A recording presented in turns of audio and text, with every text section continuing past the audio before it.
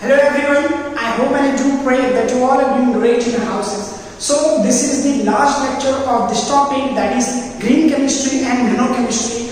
So guys, it's very amazing that you people are coming here और बहुत मजा आएगा आने वाले वक्त में. लेकिन one important note, वो note ये है कि जब भी आपके एग्जाम्स होते हैं, राइट, एग्जाम्स मतलब जो वीकली टेस्ट होते हैं, Sundays and all that will be tomorrow specially, ठीक है. सो आप जब उसके नेक्स्ट वीक में, that is the following Monday, जब आते हो आप, तो अपने आंसर शीट को लेकर के आओ और रिस्पेक्टिव सब्जेक्ट्स के रिस्पेक्टिव टीचर से बात करो and try to find out your mistakes. Make sure you people are writing all the papers, okay? Why we are behind all this and why we have given you the file? जब आप next week onwards आएंगे तो you're going to get it कि क्या करना है उस file का, जिसमें PLT लिखा है, weekly test लिखा है और भी सारी चीजें लिखी हुई है guys. So let's start, देखते हैं क्या है इस टॉपिक में. So टॉपिक का नाम क्या है? The topic name is synthesis of nanoparticles. अब तक हमने nanoparticles के बारे में जाना, उनके प्रॉपर्टीज को थोड़ी बहुत स्टडी करा, जैसे कलर हो गया और भी चीजें थी उसमें, ठीक है. अब हम सीखेंगे कि सिंथेसाइज कैसे करना, उसको बनाना कैसे. तो ऑल टुगेदर इसमें आपके दो अप्रोचेस हैं. The first approach is top down approach, top down, और एक है आपका डाउन, और दूसरा है आपका बॉटम अप. अब बोलोगे सर क्या है, दोनों अपोजिट मीनिंग के साथ है, बॉटम के साथ आते हैं और टॉप के साथ डाउन है. सो गाइस होता क्या है ना, जैसे फॉर एग्जांपल एक आपके पास बल्क मटेरियल है, ये क्या है आपके पास बल्क मटेरियल, बल्क मतलब बहुत ज्यादा है. अब आप इसको किस में ग्रो करोगे, छोटे छोटे क्लस्टर्स में ब्रेक करेंगे, छोटे छोटे टुकड़ों में ब्रेक किया आपने, this is called as clusters, ठीक है. अब क्या किया, इस क्लस्टर को और अपनी छोटा सा और छोटा पार्ट लिखे गए, जहां पर कि आपकी नैनो स्केल आ गई, तो उस पार्ट पे क्या बन गया, ये बन गया आपका नैनो पार्टिकल्स. क्या बन गया, नैनो पार्टिकल्स. अब इसमें बेसिकली आपने किया क्या कि बड़े चीज को लेकर के तोड़ के या प्रोसेस करके आपने बड़े से छोटा कर दिया, मतलब टॉप टू डाउन आपने बड़े से छोटा कर दिया. तो ये प्रोसेस में क्या होता है, अब बल्क मटेरियल से नैनो पार्टिकल्स बनाते हो, तो बॉटम अप में क्या होगा, बस वो छोटा सा हो जाएगा. लेट्स से ये छोटे छोटे एटम्स हैं, this is group of atoms, group of atoms. अब इस एटम से आपने क्या किया, क्लस्टर्स बनाए, क्या बनाए, वेरी गुड, क्लस्टर्स ऐसे बना दिए. क्लस्टर्स क्या होता है, ग्रुप ऑफ समथिंग जो थोड़ा बड़ा हो और एक साथ हो. अब क्या किया आपने, क्लस्टर के बाद इसमें से आपने क्या बना लिया, आपने बना लिया नैनो पार्टिकल्स, नैनो पार्टिकल्स. अब अगर सब थोड़ा कंफ्यूजन है, एटम से क्लस्टर बना, क्लस्टर से हमने नैनो पार्टिकल्स बना दिया. देखो गाइस होता क्या है कि आपको पता है कि आपका जो नैनो पार्टिकल्स है, it's a group of atom. बहुत ज्यादा एटम नहीं होता, बहुत कम भी एटम नहीं होता, राइट, लेकिन वो नैनो स्केल में एटम्स होते हैं. तो यहां से ग्रुप ऑफ एटम है बहुत कम है, उनको थोड़ा और आपने करीब लेकर के आया और फिर आप प्रॉपर अरेंजमेंट के साथ आपने नैनो पार्टिकल्स बना लिया. सो यहां पे there are two processes, top down and bottom up approach, ठीक है, बॉटम अप. अब इस बॉटम अप में जो आपके टेक्स्ट बुक में एग्जांपल दिया है वो किसका दिया है, सॉल्ट जेल प्रोसेस, या you could say wait chemical synthesis of nanoparticles. NP is what? NP is not no problem, it's nanoparticles. इसके अंडर में सिर्फ एक ही प्रोसेस आपको बताया गया है, and that process is what? Sol gel process. Guys, आपने सुना होगा डे टू डे लाइफ में जेल, तो गाइस ये आपका वही जेल है, कोई दूसरा जेल नहीं है. ये सॉल डिफरेंट है, ये सॉल मतलब सोल्यूशन नहीं है, दिस इज डिफरेंट. तो आप थोड़ा सा कॉपी कर लो, फिर हम इसको देखते हैं कि what is salt and what is gel. इसको डिटेल में पढ़ेंगे गाइस, ठीक है. अच्छा, ये जो है ना, ये बेसिकली एग्जांपल है कोलॉइडल डिस्पर्जन का. ये जो निकलेगा ना, यहाँ से आपने ग्रुप ऑफ एटम से क्लस्टर बनाया, क्लस्टर से आपने नैनो पार्टिकल्स बनाया, तो ये आप कहां से उठाओगे ग्रुप ऑफ एटम्स, वो आपको मिलेंगे कोलॉइडल डिस्पर्जन से, ठीक है. तो मैं बताता हूँ डिस्पर्जन क्या है, बहुत छोटे स्टैंडर्ड्स में हमने पढ़ा था, पिंडाल इफेक्ट पढ़ा था, सॉल्यूशन पढ़ा था, फिर से ओपेक क्या होता है, ट्रांसपेरेंट क्या होता है, ये बहुत छोटे सिस्टम जब छोटे क्लासेस में थे तब हमने पढ़ा था, अभी तो नहीं समझ में आता, शायद भूल गए होंगे, अगर आता है तो यू आर वेरी ब्रिलियंट। ठीक है, तो बॉटम अप अप्रोच में कौन सा है, wait chemical synthesis of nano particle, जिसमें सॉल्ट और जेल एक प्रोसेस आपके बुक में दिया हुआ, फटाफट आप लोग कॉपी कर लो, फिर हम लोग आगे बढ़ते। ठीक है गाइस, चलो wait. Okay guys, let's see what is colloidal dispersion. Actually देखो ये दोनों जो वर्ड है ना, ये दोनों ही डिफरेंट है। कोलॉइडल डिस्पर्जन, कोलॉइडल अलग है और डिस्पर्जन अलग है। कोलॉइडल जो वर्ड बना है किससे बना है, कोलॉइड से बना है, किससे बना है, कोलॉइड। ये कोलॉइड जो होते हैं ना, दीज आर सॉलिड और इनका मेजरमेंट कितना होता है 1 to 100 नैनोमीटर के बीच में, मतलब ये नैनो स्केल पे ये कोलॉइड आपके होते हैं और वो कैसे होते हैं, सॉलिड पार्टिकल्स। और ये क्या है, इट्स अ मीडियम, जिसको हम बोलते हैं डिस्पर्जन मीडियम। अब बोलेंगे सब कुछ नहीं समझा, कोई बात नहीं, मैं समझाता हूं एग्जांपल के थ्रू। लेट्स से आपका ब्लड क्या है, अच्छा ब्लड का रेड कलर नहीं बनाते हैं, ठीक है, दिस इज योर ब्लड, ये क्या आपका ब्लड है। अच्छा आपको पता होगा ब्लड में सबसे ज्यादा क्या होता है, सबसे ज्यादा होता है प्लाज्मा, समवेयर अराउंड +90%। अब इसमें आपको पता होगा कि इसमें छोटे छोटे रेड कलर के क्या होते हैं गाइस, आरबीसी होते हैं, दैट इज आरबीसी क्या होता है, रेड ब्लड कॉर्पसेस या रेड ब्लड सेल्स, एरिथ्रोसाइट्स भी उनको बोलते हैं। और इसमें क्या होते हैं, इसमें आपको मिलते हैं डब्ल्यूबीसीस और भी बहुत सारे प्रोटीन वगैरह सारी चीजें मिलती है, ऑक्सीजन वगैरह। लेकिन गाइस आपने ध्यान दिया होगा कि जब आपको कहीं कट लग जाता है तो क्या लगता है, उसमें से आपको आरबीसी दिखता है, नहीं दिखता है। क्या आपको डब्ल्यूबीसी दिखता है, क्या वो भी नहीं दिखता है, कुछ भी दिखता है क्या, नहीं दिखता, सिर्फ एक रेड कलर का ब्लड दिखता है। तो इसका मतलब क्या कि ये सब नहीं है गाइस, ये सब है उसके अंदर, लेकिन ये नैनो स्केल पे है और इस वजह से ये नहीं दिखते। तो यहाँ पर ये जो प्लाज्मा है जो इनको होल्ड करके रखा है, इसको, ये सारे सेल्स को, इसको हम बोलते हैं डिस्पर्जन मीडियम।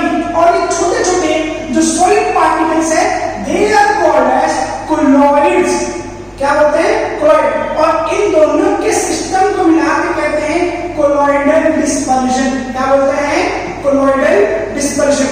अब सवाल आता है कि सर क्या ये, यहाँ पे तो ये लिक्विड है, तो क्या ये सॉलिड भी हो सकता है क्या, ये सॉलिड भी हो सकता है, ये गैस भी हो सकता है, ये सॉलिड भी हो सकती है और ये गैस भी हो सकती है। ठीक है, ये गैस भी हो सकता है, याद रहेगा आप लोगों को। तो कोलॉइडल डिस्पर्जन का सबसे बेस्ट एग्जांपल क्या बनता है, blood is a colloidal dispersion. Second is mud. अब मड में क्या होता है, मड में आपका मिट्टी होती है, छोटे छोटे पार्टिकल्स होते हैं, आपको समझ में नहीं आएगा उसमें मिट्टी भी है, मतलब पानी भी है, आपको लगेगा दोनों मिक्स है, दोनों एक ही चीज है, नहीं, उसमें छोटे छोटे मिट्टी के पार्टिकल्स होते हैं, सॉइल के पार्टिकल्स होते हैं जो नैनो स्केल के होते हैं, और उनके अंदर जो डिस्पर्जन मीडियम होता है वो होता है वाटर। तो mud is also an example of colloidal dispersion. समझ में आया? तो कोलॉइडल डिस्पर्जन क्या है, एक मीडियम होगा डिस्पर्जन का, उसमें कोलॉइडल मतलब सॉलिड छोटे छोटे पार्टिकल्स होंगे। तो उसी तरीके से एटम होंगे, एटम से आप निकालकर क्लस्टर बनाओगे, क्लस्टर से आप नैनो पार्टिकल बनाओगे, किसमें, कौन से अप्रोच में, बॉटम अप अप्रोच में।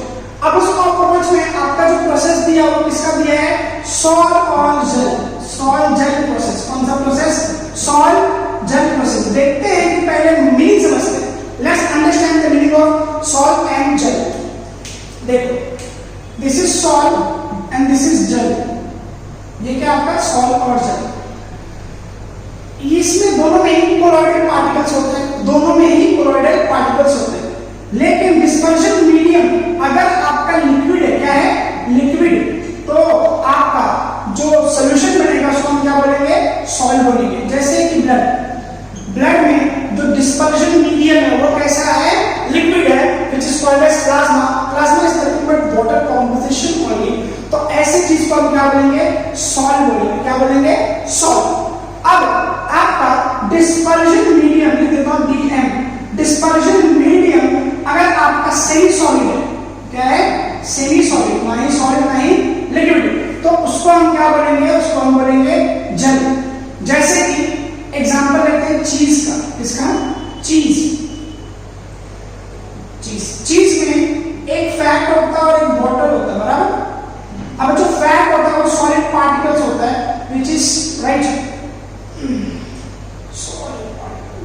ये फैट है और आपका वाटर है। अब इसका जो रिजल्टिंग यूनिट है ना बच्चों, वो कैसा आएगा? सेमी सॉलिड होगा। लिक्विड आपका ये रहेगा, रिजल्ट क्या आएगा? सेमी सॉलिड, क्योंकि आपका फैट इज सेमी सॉलिड, ना ही वो बहुत ज्यादा लिक्विड है ना ही वो बहुत ज्यादा सॉलिड है, तो वो दोनों के बीच में। एक इसका एग्जांपल और है जेली जो हम लोग खाते हैं, jelly is also the best example, ठीक है? याद रहेगा, आई होप आप लोगों को याद रहेगा। अगर लिक्विड है, सॉल्यूशन लिक्विड में आता है तो उसको हम क्या बोलेंगे? सॉल्ट बोलेंगे, जैसे कि एग्जांपल ब्लड है, ठीक है? अगर आपका कोलॉइडल पार्टिकल्स, ध्यान रखें, कोलॉइडल पार्टिकल्स अगर सॉलिड है और लिक्विड, सॉलिड और लिक्विड का कॉम्पोजिशन, किसका? सॉलिड और लिक्विड का कॉम्पोजिशन, तो हम उसको क्या बोलेंगे? सॉल्ट बोलेंगे। और सेमी सॉलिड और लिक्विड का composition, this is semi solid and this is liquid, तो ऐसे को क्या बोलेंगे? हम जेल बोलेंगे। क्या बोलेंगे? जेल। और एक होता है इमल्शन, वो आपका सॉलिड होता है, ठीक है? एक चीज याद रखना। अच्छा, मूविंग है, so question arises, I hope आप लोग मैंने कंफ्यूज नहीं किया। सॉल्ट में क्या होगा? सॉल्ट आपका ये जो है प्लस देखो कोलॉइडल होगा, कोलॉइडल पार्टिकल्स प्लस आपका डिस्पर्शन मीडियम, तो colloidal particles plus dispersion medium अगर आपका लिक्विड है, बराबर, और यह आपका सॉलिड है, तो क्या बनेगा? सॉल्ट बनेगा, ठीक? अब यहाँ पर डिस्पर्शन मीडियम लिक्विड है, लेकिन जो कोलॉइडल पार्टिकल्स है वो कैसा है? सेमी सॉलिड है, तो क्या बन जाएगा? आपका जेल बनेगा। क्या बनेगा? जेल। और आपका ये लिक्विड ही रहेगा, लेकिन अगर ये आपका सॉलिड है, ठीक है? एक सेकंड गाइस, हाँ बराबर, ये जो आप पढ़ो, don't go on to emulsions and all, ठीक है? चलो मूविंग अहेड। अब क्वेश्चन अराइजेस कि सर ये जो जेल है, why it is between solid and emulsion? emulsion एक होता है, तो छोड़ दो, हम ये समझते हैं कि ये सेमी सॉलिड ही क्यों बनता है? जब इसका रिजल्टेंट है फैट प्लस वाटर मिक्स होता है तो चीज बनता है, चीज इज लाइक सेमी सॉलिड। तो वो सेमी सॉलिड क्यों है? What's the reason? रीजन ये है गाइस कि उसके अंदर पॉलीमेरिक चेन बनता है, polymeric chain, cross linked polymeric chain. अभी क्रॉस लिंक पॉलीमेरिक चेन के वजह से इसमें क्या होता है कि इसको थोड़ा सा स्ट्रक्चर मिल जाता है, थोड़ा सा सॉलिडनेस मिल जाता है, इस वजह से ये जेल के फॉर्म में होता है, which is a semi solid, ठीक है गाइस? चलो अब नेक्स्ट आगे बढ़ते हैं और हम लोग ये देखते हैं कि किस प्रोसेस से आपका सॉल्व होता है, पूरा जो सॉल्व प्रोसेस है वो किस तरीके से आगे बढ़ता है और उसमें कौन से प्रोसेस इन्वॉल्व होते हैं, ठीक है? It's very easy. I hope आप लोगों को मैंने कंफ्यूज नहीं किया सॉल्व प्रोसेस में। अगर if you got any confusion you could call me away और मैसेज मी कि सर हमें ये पार्ट नहीं समझा, तो I would explain you again, एक छोटा सा वीडियो बना दूंगा ऑन दैट, ओके? फिर आप लोगों को समझ में आ जाएगा, बट मैं डू लेट मी नो, ठीक है? देखो जो सॉल्व जेल प्रोसेस है, सॉल्व जेल प्रोसेस, बराबर, ये आपका पहला जो है, एक्चुअली ये 4 पार्ट में डिवाइडेड है। जो फर्स्ट वन है it is called as hydrolysis, क्या बोलते हैं इसको? हाइड्रोलिसिस। उसके बाद जो दूसरा प्रोसेस है that is called as polycondensation, तीसरा जो है वो क्या है आपका? ड्राइंग, क्या है? ड्राइंग। और जो फोर्थ वन इसको यहां लिख देता हूं मैं, दैट इज थर्मल डिकम्पोजिशन, ठीक है गाइस? याद रहेगा आप लोगों को?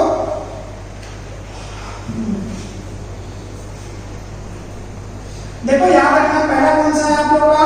फर्स्ट वन इज हाइड्रोलिसिस, ठीक है? First one is hydrolysis, right के ओवर फर्स्ट वन हाइड्रोलिसिस, दूसरा आप लोगों का पॉलीकंडेंसेशन, तीसरा आप लोगों का ड्राइंग, और the last one is what? Last one आपका थर्मल डिकम्पोजिशन, ठीक है? हाइड्रोलिसिस मतलब क्या? रिएक्टिंग विद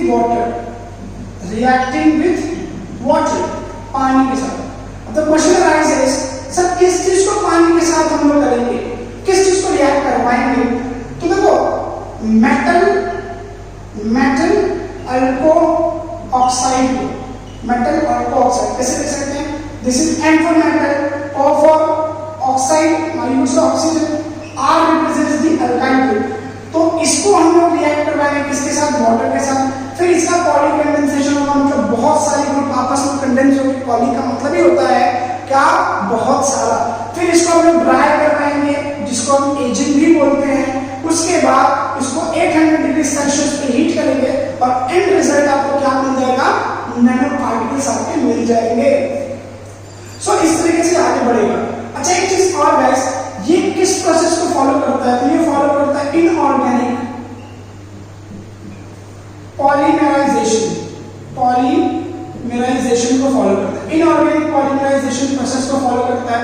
और जो सबसे इंपॉर्टेंट बात है नैनो पार्टिकल्स की प्रोसेस, सिंथेसिस प्रोसेस की, वो ये है कि ये रूम टेम्परेचर पे ही बन जाता है। किस पे बन जाता है, रूम टेम्परेचर।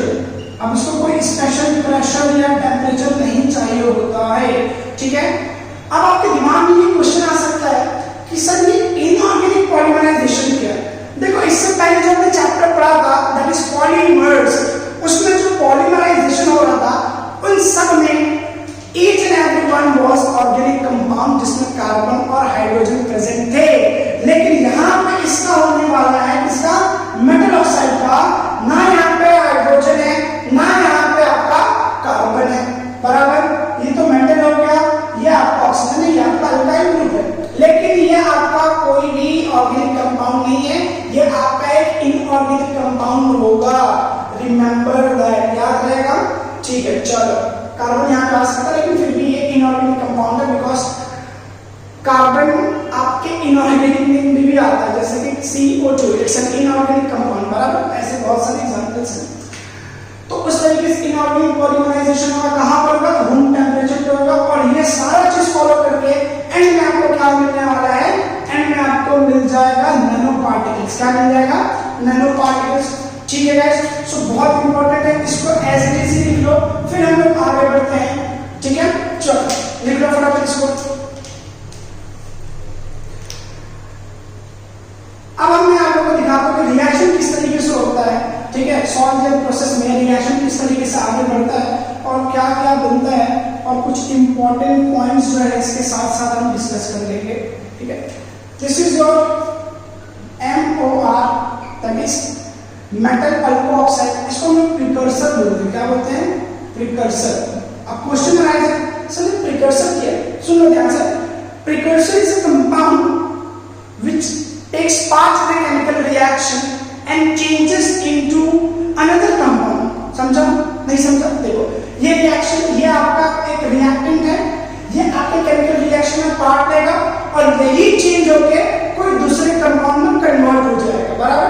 ऐसे चीज को, ऐसे सब्सटेंस को, ऐसे केमिकल स्पीशीज को हम क्या बोलते हैं, we say it as a precursor, ठीक है। एग्जांपल एकदम simple day to day life का बताता हूँ। आपने देखा होगा जब बारिश होने को होती है, बारिश होने को होती है तो उससे पहले क्या होता है, धूप होता है, नहीं धूप नहीं होता, क्या होता है गाइस, काले बादल आते हैं। तो we could say that dark clouds are precursor of rain. बारिश आने से पहले क्या आती है, डार्क क्लाउड्स आती है। इस तरीके से ये आपका प्रिकर्सर हुआ। इसको जब आप पानी में डालोगे, दैट इज H2O में डालोगे, तो आपका रिएक्शन होगा।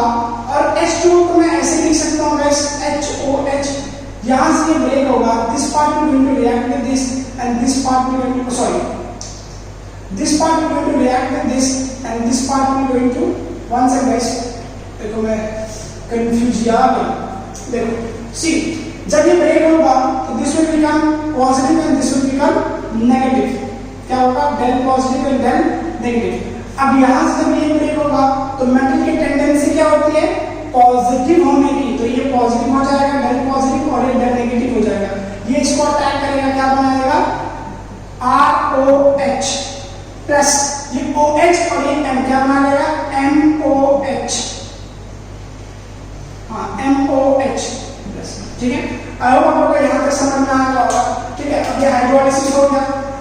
हाइड्रोलाइसिस हो जाने के बाद ये पार्ट जो है गाइस, ये रिएक्ट करेगा फिर से MOH प्लस MOR, ये रिएक्ट कर जाएगा।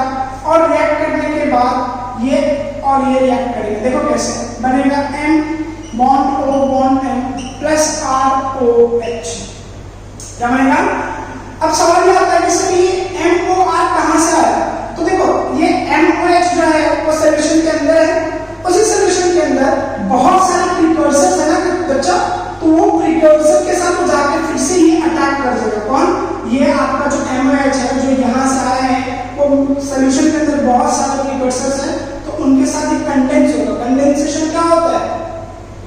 Polymerisation, addition and condensation. Addition मतलब एक ही चीज बार बार ज्वाइंट हो रही है, और कंडेंसेशन मतलब क्या है कि दो चीज बार बार ज्वाइंट हो रही है, तो ये बार बार ज्वाइंट होते जाएंगे, और ये जो बने हैं ना ये, ठीक है, ये पार्ट आपका बनता जाएगा और ये भी बनता जाएगा।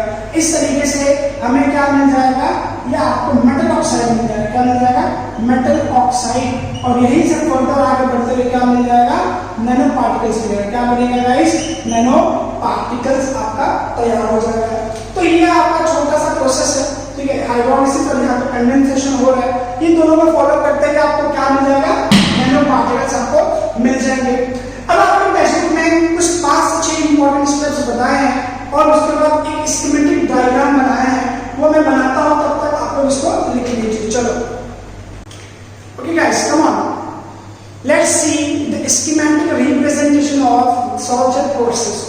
देखो, सबसे पहले आपने क्या लेना है, आपने प्रीकर्सर लेना है। क्या लेना है, प्रीकर्सर। प्रीकर्सर फर्दर रिएक्ट करके क्या बनाएगा, सॉल्ट बना लेगा। क्या बनाएगा, सॉल्ट। अगर इस सॉल्ट में से आपने लिक्विड निकाल लिया, वाटर निकाल लिया, तो क्या बना देगा वो, दैट इज डिहाइड्रेशन। डिहाइड्रेशन मतलब, हाइड्रेशन मतलब क्या, एडिंग वाटर, डी मतलब रिमूवल। तो आपने जब पानी निकाल लिया तो वो सॉल्ट से क्या बन जाएगा, जल में कन्वर्ट हो जाएगा। क्या हो जाएगा, जल में कन्वर्ट हो जाएगा।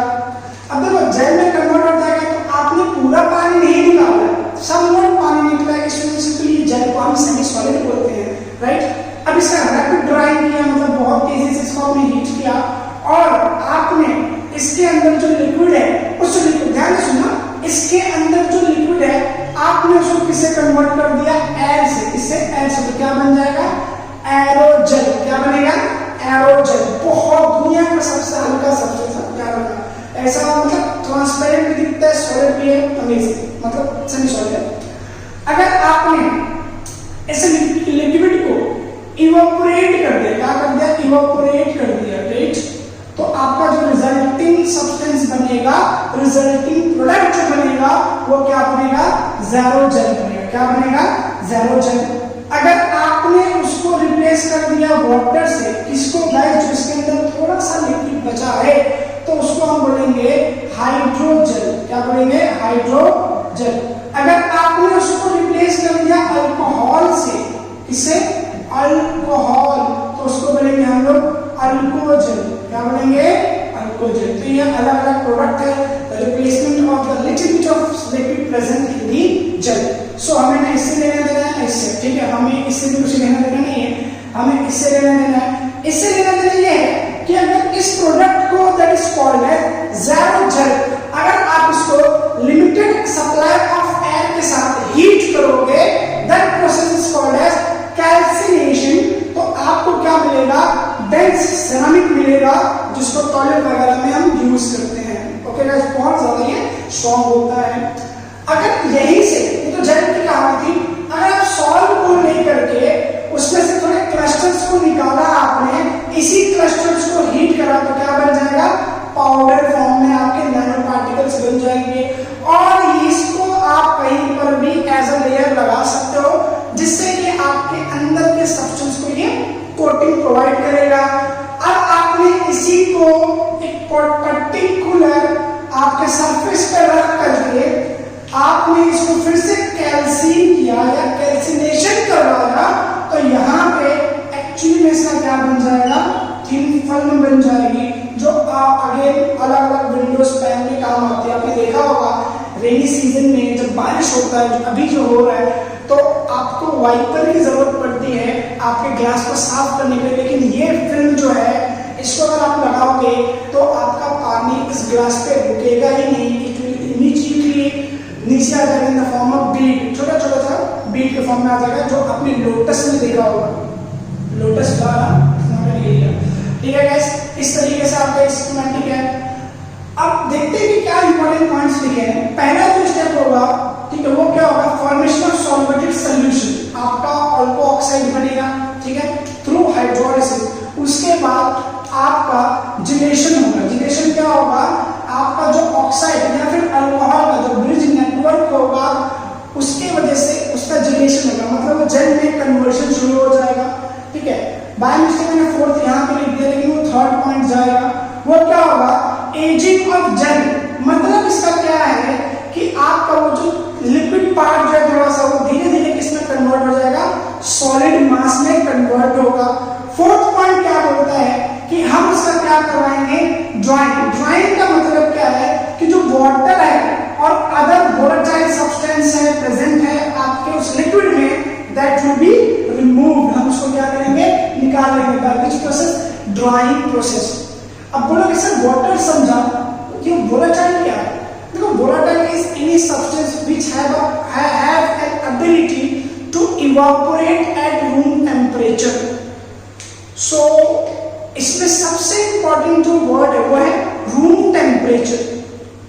ये क्यों इंपॉर्टेंट है मैं बताता हूं आपको। लेट्स से आपने वाटर को हीट किया एट 100 डिग्री सेल्सियस, तो वो क्या हो जाएगा, वो भी इवोपरेट होना शुरू हो गया। तो हम वाटर को वोलेटाइल कंपाउंड बोल सकते हैं क्या, या वोलेटाइल सब्सटेंस बोल सकते हैं क्या?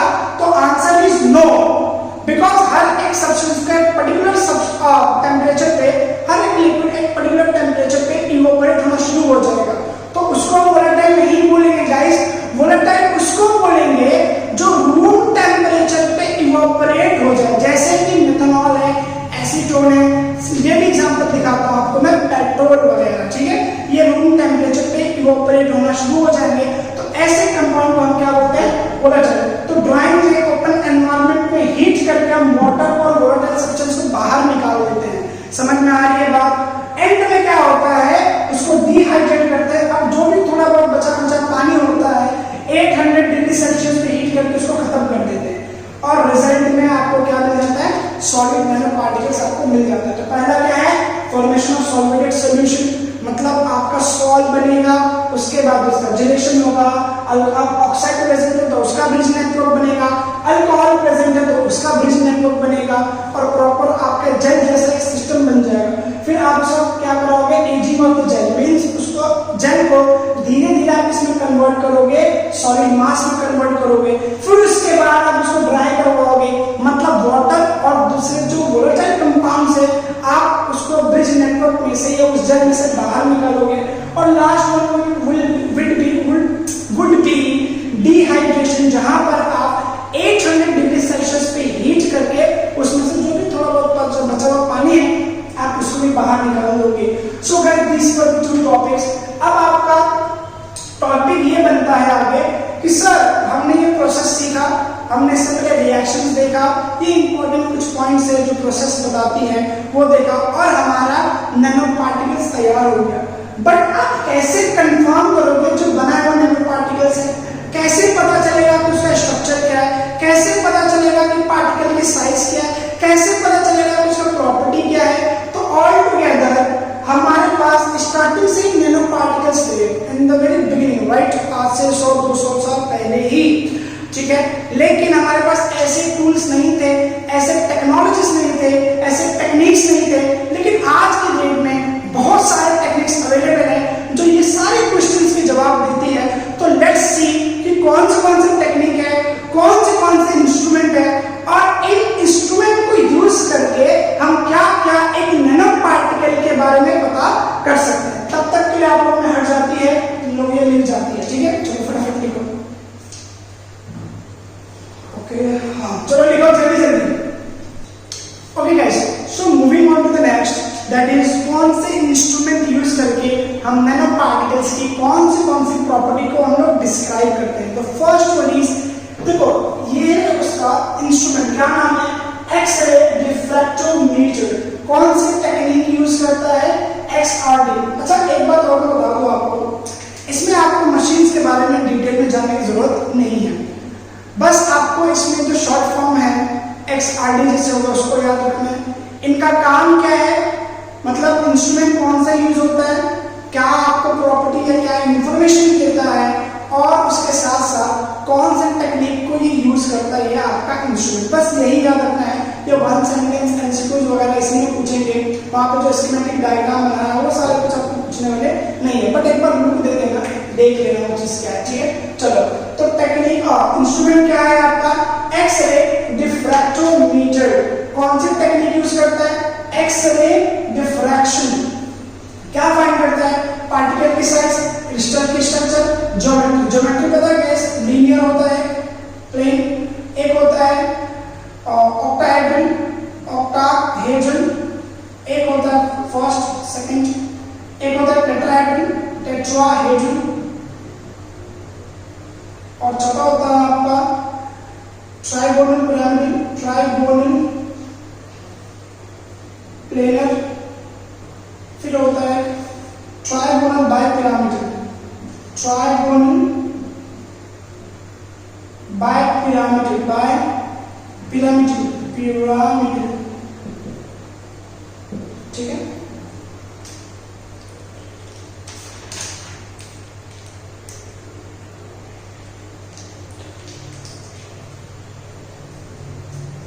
ओके, ठीक है, ठीक है।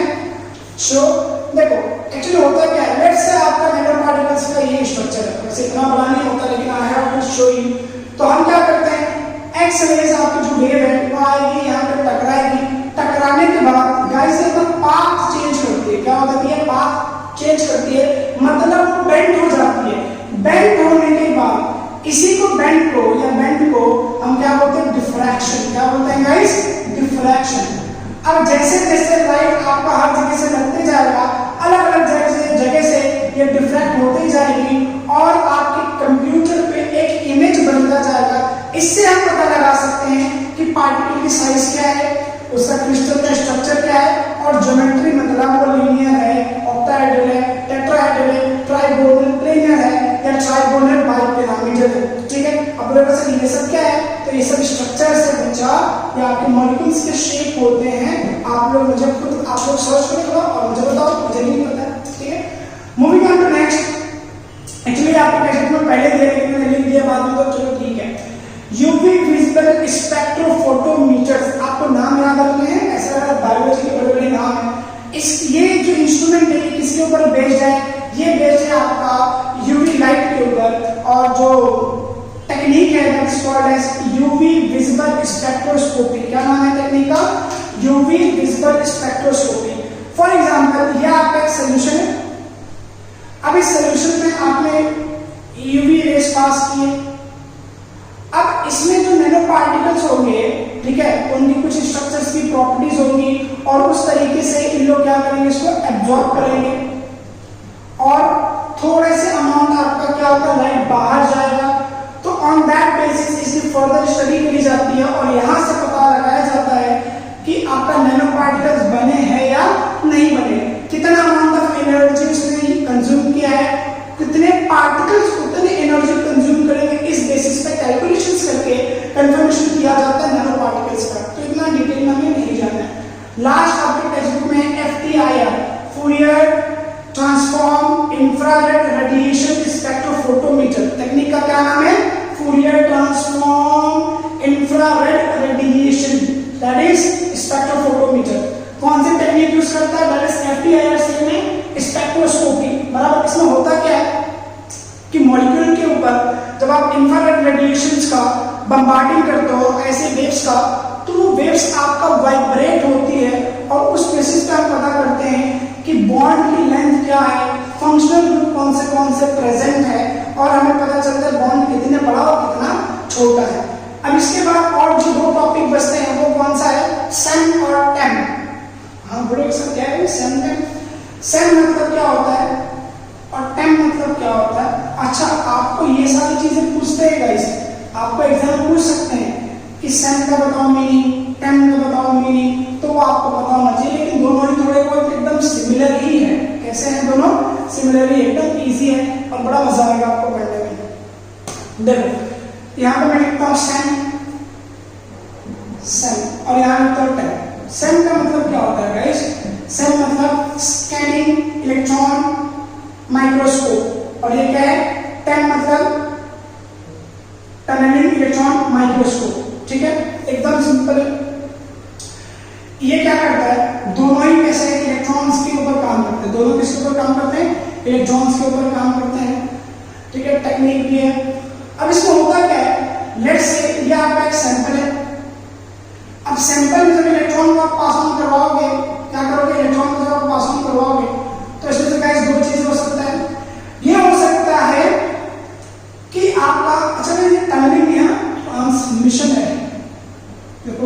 दिमाग से उतर गया, ट्रांसमिशन इलेक्ट्रॉन या ट्रांसमिट इलेक्ट्रॉन माइक्रोस्कोप। जब इलेक्ट्रॉन यहां से पास ऑन होगा तो दो चीजें हो सकती है, एक तो ये रिफ्लेक्ट कर जाए, एक इसको ट्रांसमिट कर जाए, ट्रांसमिट इलेक्ट्रॉन माइक्रोस्कोप भी बोलते हैं उसको। तो एक हो सकता है कि रिफ्लेक्ट कर जाए, एक हो सकता है ट्रांसमिट कर जाए। तो ट्रांसमिट करेगा तो वो टेक्निक कौन सी होती है, टेम की, और अगर रिफ्लेक्ट करेगा तो टेक्निक किसकी होती है, आपके सैम की। तो सैम एक्चुअली में क्या करेगा, आपके सरफेस को रीड करेगा, किसको रीड करेगा, सरफेस की स्ट्रक्चर को रीड करेगा, और ये क्या करेगा, ये आपके साइज को बताएगा कि पार्टिकल या नैनो पार्टिकल की साइज क्या है। एकदम सिंपल। सो आई होप आपको दोनों समझ में आ गया होगा, ये टॉपिक की थोड़ा समझ में आ गया होगा। अब आप मूव ऑन करते हैं लोग नेक्स्ट टॉपिक पे, that is what, history of nano particles. तो देखो गाइस, नैनो पार्टिकल्स को हम लोग हमेशा से यूज करते आ रहे हैं। आपको मैंने फर्स्ट लेक्चर में बताया था इसके कि नैनो पार्टिकल्स हम लोग घिरे पड़े हैं एवरीवेयर। आपके जो बायोमोलिक्यूल्स है, ठीक है, biomolecules means what, carbohydrate, vitamins and all, ये सारे क्या है, ये भी नैनो स्केल पे है, तो आप उनको नैनो पार्टिकल्स बोल सकते हो। तो बायोमोलिक्यूल्स भी नैनो पार्टिकल्स की तरह बिहेव करते हैं, ठीक है। सो देखो, स्टार्टिंग में हमें समझ थी नैनो पार्टिकल्स की, हमें पता था कि नैनो पार्टिकल्स प्रेजेंट है, बिकॉज आपका जो ब्लैक, कार्बन ब्लैक जो है वो एक नैनो पार्टिकल है, कार्बन ब्लैक, ठीक है। ये डिस्कवर हुआ था 1900 में। डू यू बिलीव 1900 में रिसेंटली हमें सिर्फ फर्स्ट टाइम पता चल पाया था कि इलेक्ट्रॉन कहाँ पर प्रेजेंट है, बिफोर 1897 में। उसके बाद 1900 तक हमें ये नहीं पता था कि इलेक्ट्रॉन, एटम के अंदर प्रोटॉन भी होते हैं, न्यूट्रॉन भी होते हैं। सो गाइस, उस टाइम पे हमें नैनो पार्टिकल्स के बारे में पता था। प्रॉब्लम क्या थी कि हमारे पास कोई टूल्स नहीं था, कोई टेक्निक नहीं थी, कोई ऐसा साइंस बना नहीं था जो इनको प्रॉपर्ली पढ़ सके और सिंथेसाइज कर सके। लेकिन nowadays it is the booming industry, right, चाहे वो फिजिक्स में हो, चाहे वो केमिस्ट्री में हो, ठीक है। नैनो फिजिक्स में भी ये बहुत काम आता है और नैनो केमिस्ट्री में भी ये बहुत काम आता है। Actually nano science is an amazing field. आज मैं आपको बताऊंगा क्या क्या कैसे कैसे है, ठीक है। आपने देखा होगा चर्च वगैरह में, तो आप चर्च में गए होंगे तो आपने क्या देखा होगा कि वहां का जो ग्लास होता है वो कोई ब्लैक कलर का होता है, ब्लू कलर का होता है, रेड कलर का होता है, येलो कलर का होता है, ये अलग अलग कलर के होते हैं ग्लास। लेकिन हमारे घरों में कहीं आपने शॉप पर देखा होगा, जल्दी देखने को मिलता नहीं। क्या रीजन है, उसमें छोटे छोटे नैनो पार्टिकल्स होते हैं। किस चीज के, गोल्ड और सिल्वर के, गोल्ड और सिल्वर के। This is gold, this is silver. इसका नाम क्या है, ऑरम नाम है। क्या नाम है, ऑरम। इसका नाम क्या है, आर्जेंटम। इस वजह से इनको हम गोल्ड में, अच्छा गोल्ड की स्पेलिंग क्या है, GOLD, गोल्ड। तो हम GO क्यों नहीं लिखते हैं। सिल्वर की स्पेलिंग क्या है, SILVR, सिल्वर, बराबर। SI क्यों नहीं लिखते हैं। आप लोग, कुछ लोग बोल सकते हैं सर सिलिकॉन का है, वेरी गुड, ठीक है। गैडोलिनियम का है, वेरी गुड। लेकिन इसका जो ग्रीक नेम है वो आपका इस तरीके से है, ऑरम और आर्जेंटम। तो इस वजह से rather following this English name we followed Greek name, ठीक है। इस वजह से it is argentum AG and aurum that is E। तो गोल्ड पार्टिकल जो है ना आपके यहाँ पे क्या है, बाइंडेड है, और जो फर्दर ग्लास का पार्ट होता है ना, ये जो पूरा पार्ट है ग्लास का, that is called as matrix. क्या बोलेंगे, मैट्रिक्स, ठीक है।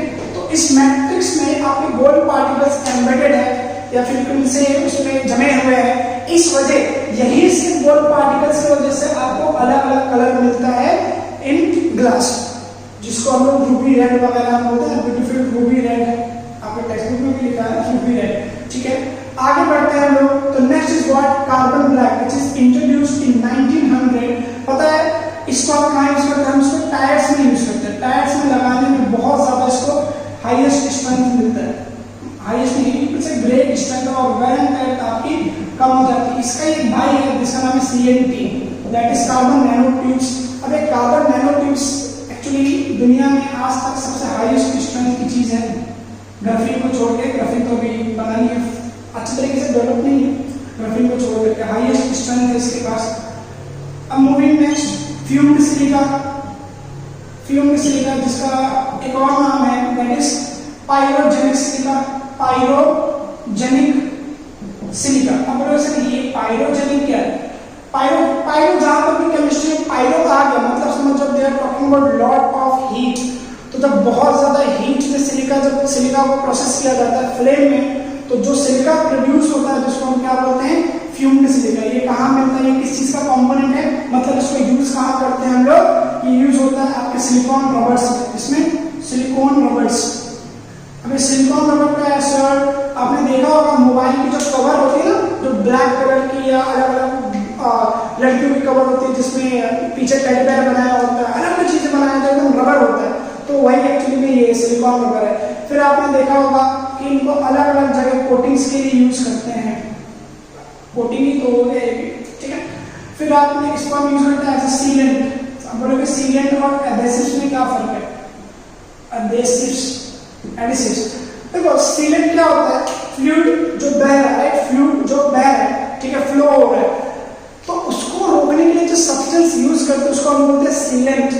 और एडेसिव्स क्या है, जो आपके दो सरफेस को स्टिक कर दे, दैट्स कॉल्ड एडेसिव। तो ये दोनों का मेजर डिफरेंसेस है, ठीक है। तो जो फ्यूम सिलिका ये अलग अलग जगह इस तरीके से काम में आता है, ठीक है गाइस। और आगे कॉपी करो, ठीक है, आगे बढ़ते हैं और इसका पता करते हैं कि एप्लीकेशंस क्या है, इसका एप्लीकेशंस ऑफ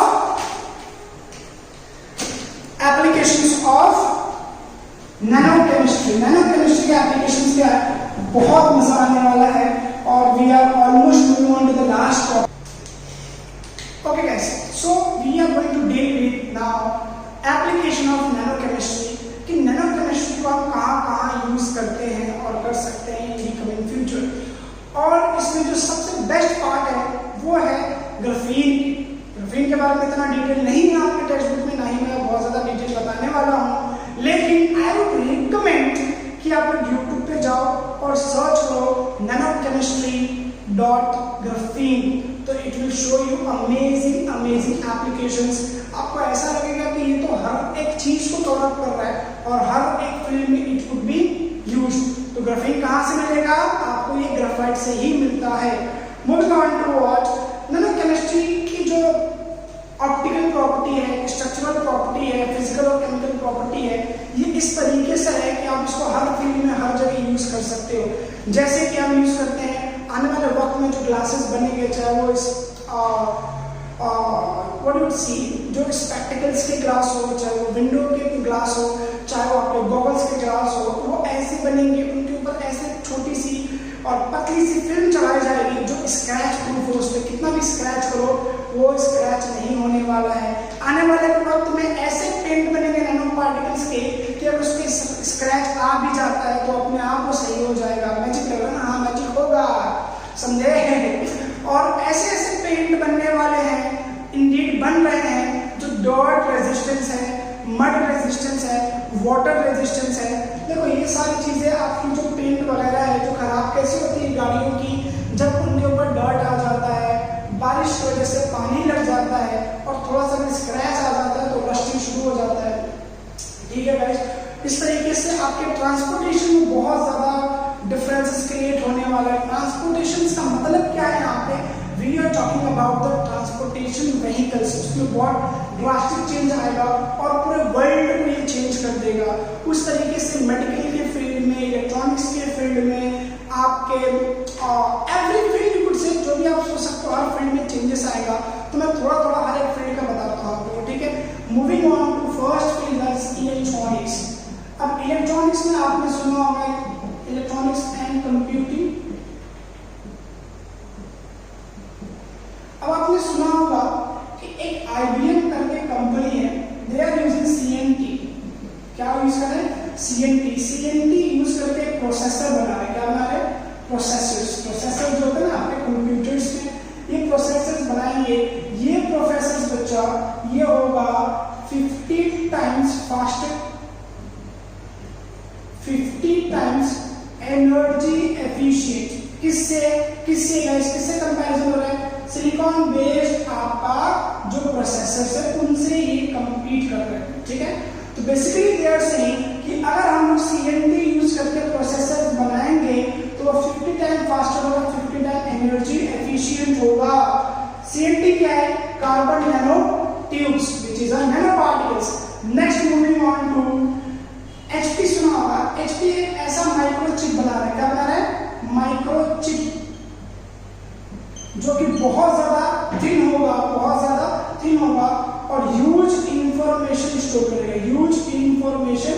स्टोर करेगा। ये भी आपका नैनो पार्टिकल से बना होगा और समझ 100 टाइम्स ज्यादा इंफॉर्मेशन स्टोर करेगा एज ऑफ नाउ, जो आज के डेट में हम लोग यूज करते हैं। मूविंग ऑन टू नेक्स्ट, आगे बढ़ते हुए हम क्या समझते हैं, क्या देखते हैं, कंप्यूटिंग नहीं हम लोग देख लेते हैं। नेक्स्ट इज व्हाट नेट, क्या है net, sorry net, nano emission particles, nano emission something D, देखो मुझे नहीं याद आ रहा है, ठीक है। Net nano emission display, yes याद आ गया। नैनो एमिशन डिस्प्ले ये ऐसी चीज है जो कि 50,000 टाइम्स थिनर होगी आपके जो एट प्रेजेंट आपके जितने भी डिस्प्लेस है, चाहे वो टीवी का हो, चाहे वो आपके मोबाइल का हो। तो this will going to create a revolution. जब 50 टाइम थिनर होगा तो लाइट वेट भी होगा, और लाइट वेट होने के साथ साथ एक कलर कॉन्ट्रास्ट बहुत जबरदस्त होगा, मतलब पिक्सल्स बहुत जबरदस्त देखेंगे आपको, समझे आप लोग। इस तरीके से थिनर भी बहुत होगा, थिनर होने की वजह से लाइट वेट होगा, मतलब आपके आने वाले वक्त में जो टीवी और मोबाइल होगा ये भी बहुत ज्यादा ही थिन हो जाएगा, मोबाइल के कवर्स वगैरह भी चेंज होते जाएंगे। मूविंग ऑन टू नेक्स्ट, आपके मेडिकल फील्ड में, तो मेडिकल फील्ड में गाइस आपने सुना होगा जब किसी को कैंसर हो जाता है तो उनका होता है कीमोथेरेपी। क्या होता है? कीमोथेरेपी। कीमोथेरेपी में बेसिकली वहां पर भी केमिस्ट्री है, हम रेडिएशन को यूज करके जो सेल्स होते हैं उनको हम किल करते हैं। अब कौन से सेल को, कैंसर क्या होता है, वो आपके सेल को आउटग्रोथ दे देता है, जितना उसको ग्रोथ होना चाहिए तो उससे ज्यादा हो जाता है, ठीक। तो वो जो ज्यादा सेल ग्रोथ लिया है उसको किल करने के लिए हम इस रेडिएशन को यूज करते हैं। लेकिन ये रेडिएशन को नहीं पता कि कौन सा एक्स्ट्रा ग्रोथ है, कौन सा लेस ग्रोथ है, या कौन सा नॉर्मल ग्रोथ है।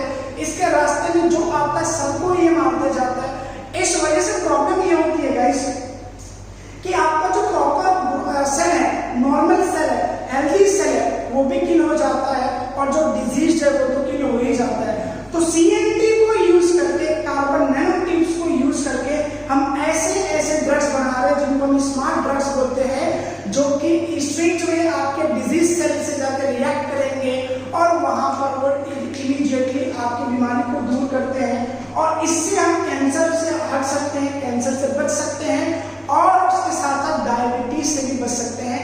आने वाले वक्त में ऐसे इंसुलिन बनाए जाएंगे जिसमें सिर्फ यहाँ चिपका दो और यहाँ से वो अंदर चले जाएगा गाइस। ऐसे ऐसे नैनो पार्टिकल्स को यूज करके वैक्सीन बनाया जाएगा जो कि आपके स्किन के पोर्स से छोटा होगा। There will be no pain, straight way वो आपका ड्रग अंदर चले जाएगा और एक्टिव सेल पे जाके अटैक कर देगा, रिएक्ट कर देगा। सीएनटी को यूज करके हम ऐसे स्मॉल रोबोट्स बना रहे हैं जो अंदर जाके ऑपरेशंस करेंगे, समझे गाइस। और ये स्मॉल रोबोट जो होंगे, ये अगर आपके कोई वेन्स या कोई हार्ट का बॉक्स रप्चर हो जाता है या रप्चर होना शुरू होता है तो हम इनको अंदर भेज करके चीजें क्या कर सकते हैं, ठीक कर सकते हैं। इसी तरीके से आपने सुना होगा सोलर पैनल्स, जो सोलर पैनल्स होते हैं वो बहुत ज्यादा महंगे होते हैं, और जो अमाउंट ऑफ हीट उनके सरफेस पे गिरता है वो सारे को कंज्यूम नहीं कर पाते हैं। और ये कैसा है कि जितना ज्यादा कंजम्पशन होगा सनलाइट का, उतना ज्यादा इलेक्ट्रिसिटी प्रोड्यूस होगा। तो इसके लिए एक ऐसी फिल्म चढ़ाई जाएगी इसके ऊपर जो डस्ट पार्टिकल्स आने नहीं देगा, बारिश को तुरंत रिफ्लेक्ट कर देगा, रिफ्लेक्ट मतलब बीट के फॉर्म में उसको तुरंत रिमूव कर देगा, और उसके साथ साथ ही बहुत ज्यादा अमाउंट ऑफ सनलाइट को एब्जॉर्ब करेगा, और उसके साथ साथ ही चीप होगा। इस तरीके से जो सोलर इंडस्ट्रीज है वो इकोनॉमिकली ग्रोथ करेंगे क्योंकि चीजें बहुत ज्यादा सस्ती हो जाएगी। आगे बढ़ते हुए हम ये भी देखते हैं कि हो क्या सकता है कि आपको जो एजिंग होती है राइट, तो हम सनस्क्रीन लगाते हैं, एजिंग पे सनस्क्रीन नहीं लगाते हैं, इसलिए सन बर्न्स के लिए हम सनस्क्रीन लगाते हैं, उसमें हम टिटेनियम ऑक्साइड और जिंक ऑक्साइड के नैनो पार्टिकल्स का यूज करते हैं। जब वो सरफेस पे स्टिक होते हैं तो यहाँ से सन की लाइट को वो रिफ्लेक्ट कर देते हैं, आपके स्किन को कोई भी इफेक्ट नहीं पड़ता है, क्योंकि वहां पे जो प्रोटेक्टिंग लेयर होता है वो आपके लेयर के नीचे होता है। किसके लेयर के? टिटेनियम ऑक्साइड और जिंक ऑक्साइड के लेयर के नीचे आपका प्रोटेक्टिंग लेयर होता है। अगर ये लेयर नहीं है नैनो पार्टिकल्स का तो जो प्रोटेक्टिंग लेयर है वही बर्न हो जाता है और फर्दर आपको प्रॉब्लम क्रिएट करता है। सो गाइस, एक इतने सारे हमने एडवांटेजेस देखे, और साइंस में एक्चुअली बेशक ये इसी तरीके से है कि जितने ज्यादा एडवांटेजेस होते हैं उतने ही ज्यादा आपके, उतने नहीं तो कम से कम there is always a few kind of disadvantages. चलो एक और एडवांटेजेस देख लेते हैं जो आपके टेक्स्ट बुक में है। वो क्या है आपका गाइस? वो है आपका वाटर प्यूरिफायर। वाटर प्यूरिफायर में हम लोग सिल्वर नैनो पार्टिकल्स का यूज करते हैं। इसको यूज करते ही आपके जो डिसइंफेक्टेंट है उनको ये निकालता है, जैसे कि ई कोलाई। ये बहुत इंपॉर्टेंट है, एमसीक्यूज में it can be in your board. आपके जेडब्ल्यू नीट वगैरह में नहीं पूछेगा, बोर्ड में पूछ सकता है। दूसरी चीज एक MRAM है जिसको हम लोग बोलते हैं मेमोरी स्टोरेज करता है। आपके मोबाइल वगैरह में एक सिस्टम है जो स्टोर करता है। बेसिकली ये एक ऐसा सिस्टम है गाइस जो कि मोबाइल अगर शटडाउन हो जाता है, मोबाइल खराब हो जाता है, तो ये ऐसा क्लाउड सिस्टम है जो आपके स्टोरेज को बचा करके रखता है। शटडाउन होने के बाद भी कुछ प्रॉब्लम नहीं होता है। लेकिन एट द बिगिनिंग जब इसको हम लोग 1970 में जब हमने इसको खोज किया था, इसका डिस्कवरी किया था, तो प्रॉब्लम ये आ रही थी कि बहुत ज़्यादा एनर्जी कंज्यूमिंग था। तो हम नैनो पार्टिकल्स यूज करके MRAM को हम क्या कर सकते हैं गाइस? हम इसको लेस एनर्जी एफिशिएंट बना सकते हैं। इसी के साथ और भी 2-3 एग्जांपल है, जैसे कि एग्जांपल है आपका ऐसी फिल्म बनाई जाएगी, फिल्म मतलब मूवी है, मूवी नहीं है, फिल्म मतलब एक कोटिंग बनाई जाएगी विंडोज के लिए या आपके और भी सिस्टम के लिए, जहां पर के डस्ट फ्री हो जाएगा आपका सरफेस वाटर रेजिस्टेंट हो जाएगा, आपके सरफेस जो है और दूसरे और चीजों से बचा रहेगा गाइस, ठीक है। सो इतने सारे तो एडवांटेजेस है। तो बेसिकली होता यही है कि साइंस में जो चीजें बहुत ज्यादा एडवांटेजेस क्रिएट करती है तो कुछ ना कुछ या बहुत ज्यादा डिसएडवांटेजेस भी है। तो सबसे बड़ा जो डिसएडवांटेज है नैनो केमिस्ट्री का वो है नैनो पोल्यूशन। अब ये पार्टिकल्स इतने छोटे हैं गाइस कि अगर ये डैमेज होते, खराब होते हैं तो आपके लंग्स को प्रॉब्लम क्रिएट कर सकते हैं, रेस्पिरेटरी ट्रैक्ट को ये प्रॉब्लम क्रिएट कर सकते हैं, ठीक है। सो इट इज लाइक कि आप इस चैप्टर को पूरा पढ़ो और बेसिकली एडवांटेजेस डिसएडवांटेजेस को पढ़ो, कुछ पॉइंट्स आपको लिखे जा सकते हैं। So guys we are finish with this lecture and this topic too. Next time onwards either I'm going to start with F block or D block elements या transition elements, और I could be starting with coordination compounds, ठीक है guys. I hope आप लोगों को समझ में आया होगा। कोई भी डाउट हो तो आप लोग मुझसे पूछ सकते हैं on WhatsApp and Telegram. Okay guys, bye.